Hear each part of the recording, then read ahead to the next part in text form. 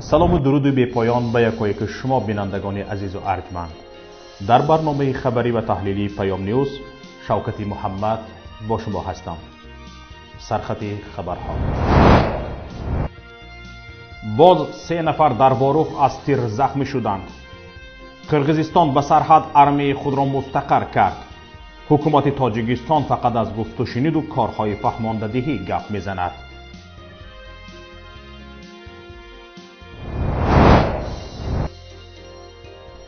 قلابی در سطح دولت: چرا دولت سهمیه های سنگ توده را از مردم میخرد؟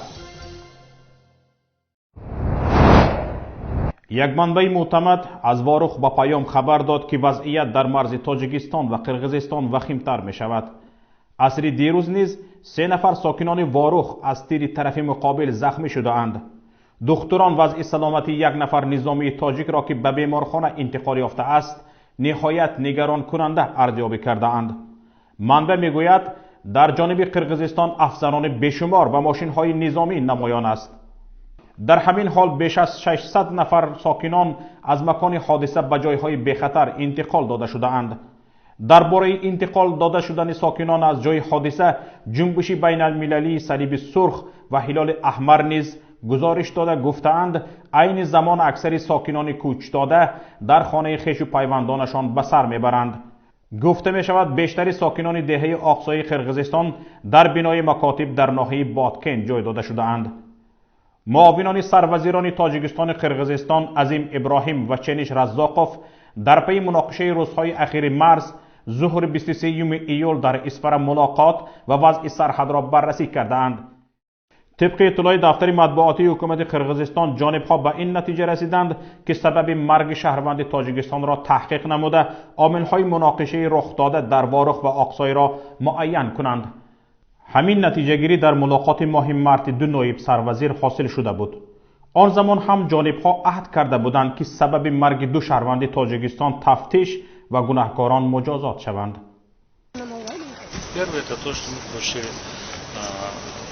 Прокуратуры о том, чтобы они нашли виновников этих событий. Это очень важно. Вы знаете, что убили человека. Мы когда выразили соболезнования, там остались у каждого по 3 детей, маленьких детей. Это очень печально, и это не должно в будущем повторяться. Во-первых, будут найдены и наказаны. Мы это на уровне межправкомиссии будем следить.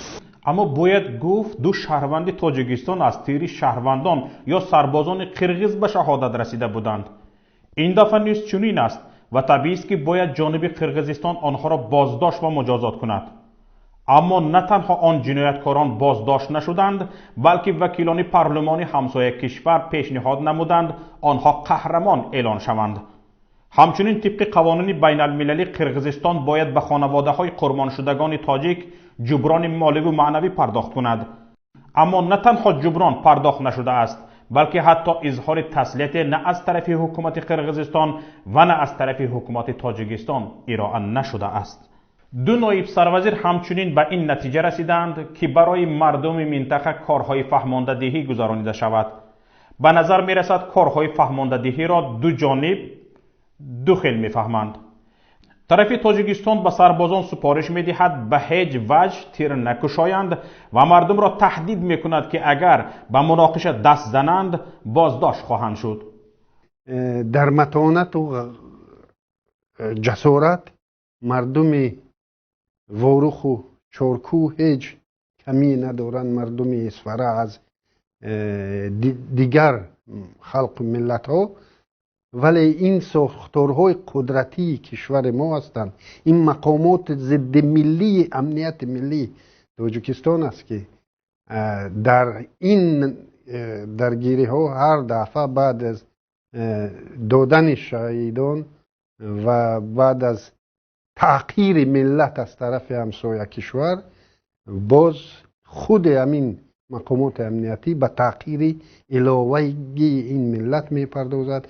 و چخیلی که در خاطر داریم هجوم به خاروق هم در حمایه از بیزنسی سیگاریت فروشی اویلا بود و اینجا هم به خاطر بیزنس سیگاریت فروشی و دیگر اویلا ما نمیتوانیم که از مرز و بوم خود دفاع کنیم. ولی جانب قرقیزستان در سطح پارلمان و حکومتش ساکنان نزد سرحدی را که دست به مناقشه میزنند قهرمان میداند و به مردم سلاح تقسیم میکند. همیشه از تاجیکستان یک سر و گردن بالا به مسئله مرزی جدی اهمیت میدهد. سایت کبرلر که با زبان قرقیزی نشر می شود با پخش نواری از حرکت ماشین های زره پوش و عسکربر ارتش قرقیزستان در عقبه آش جلال آباد گزارش داد که این ماشین ها به جانب سرحد تاجیکستان می روند. در نوار دیده می شود که چندین ماشین زره پوش عسکربر در راه حرکت می کنند. ما در برنامه شب گذشته از حکومت تاجیکستان خواسته بودیم تا زمان حاصل شدن یک توافق نهایی فوراً دستورات لازم را به نهادهای مربوطه صادر نماید تا تمام منطقه های جنجالی را که طبق خریطه های دوران شوروی به تاجیکستان تعلق دارند تحت تصرف درآورند. ولی به نظر می رسد قرقیزها پیش دستی کرده اند. از آغاز ماه ایون دولت تاجیکستان از مردم خریدن سهمیه های نیروگاه برق آبی سنگتوده یک آغاز کرده است. طبق اطلاع رئیس امانت بانک سراج الدین اکرامی تا حالا دولت از اهالی کشور به مقدار بیش از 1 میلیون سومانی سهمیه های جمعیت سهامی سنگتوده یک را خریداری کرده است. اکرامی در نشست مطبوعاتیش دیروز 23 ایول گفت سال 1996 97,000 عدد سهمیه نیروگاه سنگتوده به معاملات برآورده شده، ارزش هر عددی آن 3,000 روبلی آن زمان یا $10 آمریکایی را تشکیل می‌دهد. حالا حکومت هر عدد سهمیه را با قیمت $10 یا 94 سومانی از مردم کشور خریداری می‌کند. این روند به گفته رئیس امانت بانک تا 31 دکبر سال 2021 ادامه خواهد یافت. حکومت تاجیکستان برای خرید سهمیه ها 10 میلیون سومانی جدا کرده است. حالا سوال مطرح این است که چرا دولت که برای ساختمان نیروگاه برق آبی راغون پول می‌جوید در اجرای نقشه بودجه مشکل دارد و نمی‌داند از کجا پول به دست آورد، به این اقدام بشردوستانه گویا دست زده است؟ به نظر من اینجا عیب خودی مردم است. وقتی حق خودت طلب نمیکنی کسی دیگر نمیارد برای شما بگید این فایده سهمیه شما است که از مثلا سنگتوده خریده بوده. بخصوص در تاجیکستان شاید در کشورهای اروپایی اگر 1 سنت اضافه دادی یا یک اشتباه هم دادی اون رو پس میگردن، اما برای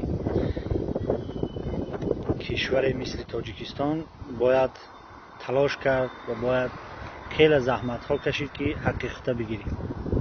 از سال 2008 تا به حال از هزارها نفر شاید 2-3 نفر نه اینکه شکایت فقط پرسیده باشد از حکومت شاید که فایده سهمیه ما کجا شد. و راغون هم مثل همین بگیم تاجر و دکاندار به خاطر که دکانش از دستش نگیرن و منصبدار به خاطر که از منصب نرود و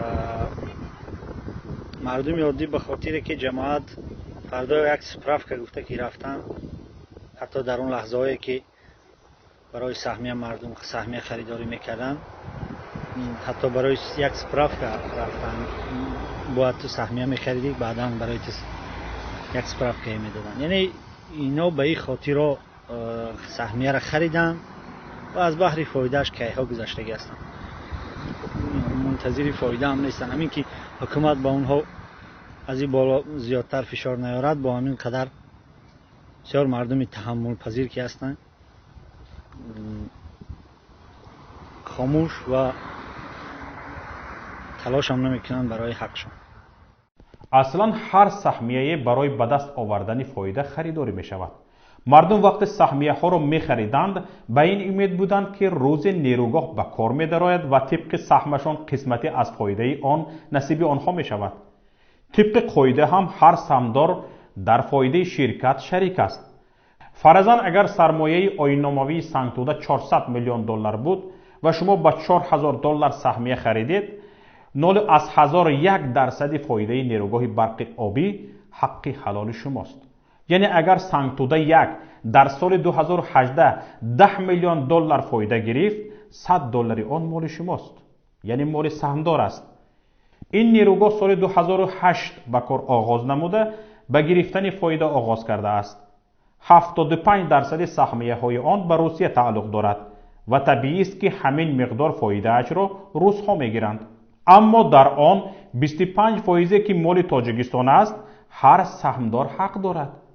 تا امروز یگان سهامدار از فایده نیروگاه برق آبی سنگتوده یک درم به دست نآورده است، در حالی که هر سال محاسبات آن باید فایده سهامداران را به حساب آنها گذرانند.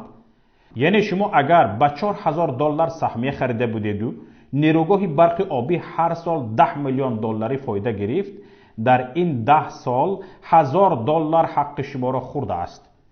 یا این پول ها به حساب آفشاری کدام مقامدار یا عضو عائله پرزیدنت فرستاده شده اند.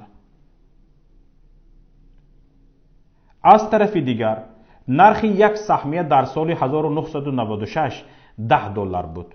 حالا بنابر فایده آور شدن آن قیمتش بالا رفته است. البته تاجیکستان بازار سهام ندارد که قیمت سهمیه ها در آن معین شوند، ولی اگر دولت منصفانه حق سهامداران را می پرداخت، حالا خودی بازار قیمت آن را معین می کرد.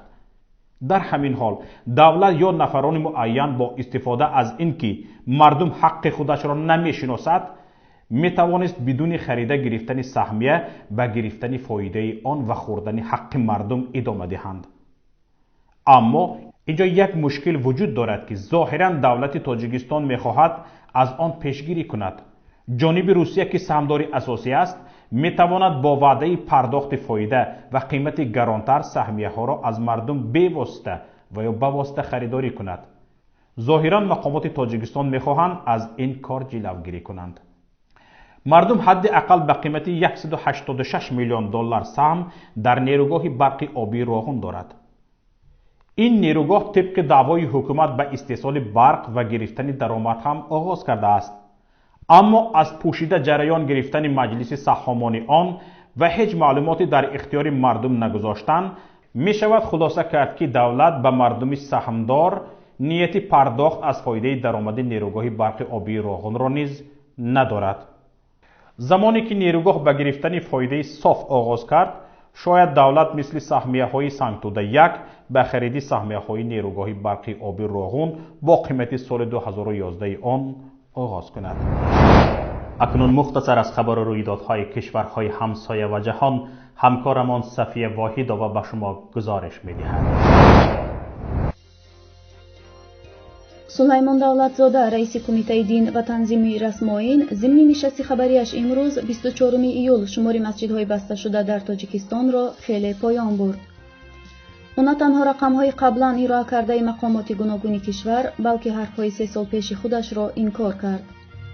давлатзода гуфт, дар тоҷикистон ҳамагӣ фаъолияти 573 масҷид қатъ карда шудааст. бастани масҷид иқдоми зиддидинӣ нест, онҳо барои он баста шуданд ки ба талабот ҷавобгӯ набуданд.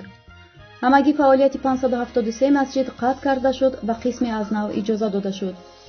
масалан дар шаҳри ваҳдат 98 масҷид аз нав ба қайд гирифта шуданд. дар ҳамин ҳол 13 июли соли 2016 сулаймон давлатзода зимни нишасти матбуотӣ эълон карда буд ки дар 2 соли охир 1032 масҷид баста шуданд. омори дурӯғ дар бораи масоҷид бори аввал нест ки садо медиҳад. як таҳқиқоти паём нишон дода буд ки омори пешниҳодшаванда аз тарафи мақомоти тоҷикистон дар бораи масоҷид сар то по дурӯғ аст. ин таҳқиқотро шумо метавонед аз пойгоҳи payom.net дастрас ва мутолиа намоед. شرافیدین گدای خودشون استوران برگشتن با برگشتن استوران.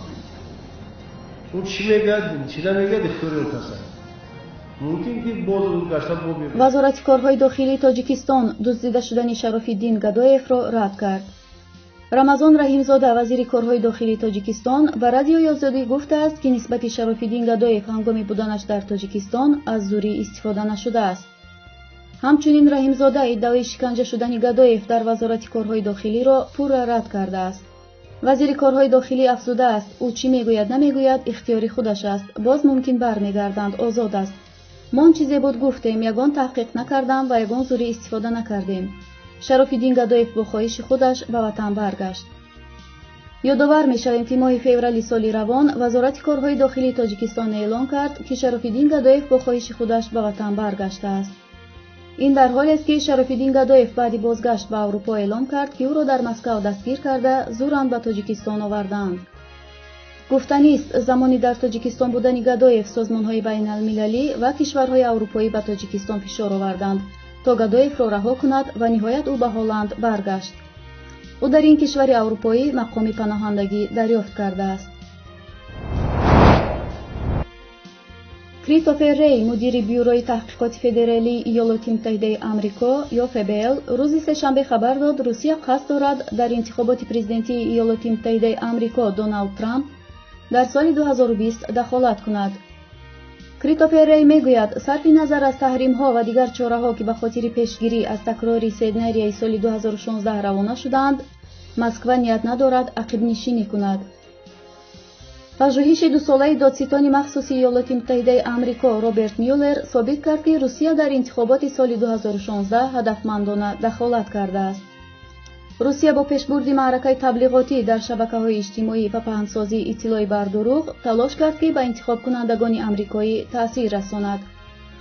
در پی پژوهش میولر نسبت 25 شهروند روسیه و 3 شرکت روسی عیب اعلان شد. واشنگتن همچنین نسبت شهروندان و کارمندان مقامات اکتشافی روسیه تحریم جاری کرد که گفته می شود در دخالت‌های انتخابات پرزیدنتی آمریکا دست داشتند. صحبت ری در حالی است که قرار است میولر از نتیجه پژوهش 2 ساله خود در کنگره گزارش دهد. در گزارش میولر آمده است که هرچند روسیه تلاش کرد برای پیروزی دونالد ترامپ در انتخابات کمک رساند، ولی ترامپ به این تلاش‌ها ربطی مستقیم ندارد.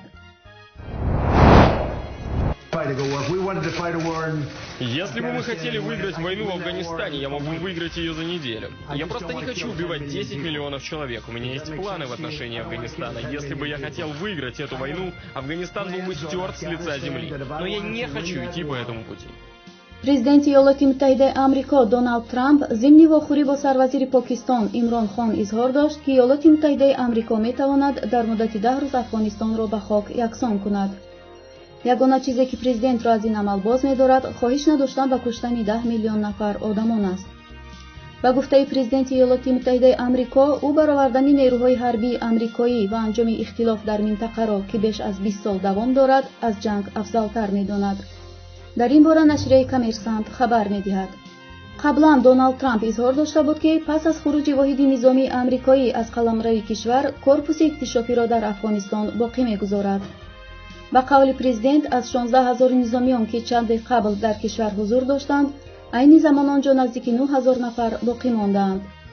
یادداشت می‌کنیم که بهار سال 2019 ایالات متحده آمریکا و حرکت طالبان دایر به خروج نیروهای نظامی ایالات متحده آمریکا از افغانستان لایحه قرارداد تهیه نمودند. قبلا سنت ایالات متحده آمریکا درباره انجام جنگ در افغانستان لایحه قانون آماده کرد. سنه برآوردن نیروهای حربی الحال نامعلوم است. اینجا برنامه امروزی ما به نهایت خود رسید. برنامه‌های رادیویی ما و مطلب‌های ما را در پایگاه پیام.net و شبکه‌های اجتماعی پیگیری کنید. انتظار پیشنهاد و ملاحظه‌های شما و همکاری‌هایتان هستیم تا فردا در پناه الله بمانید.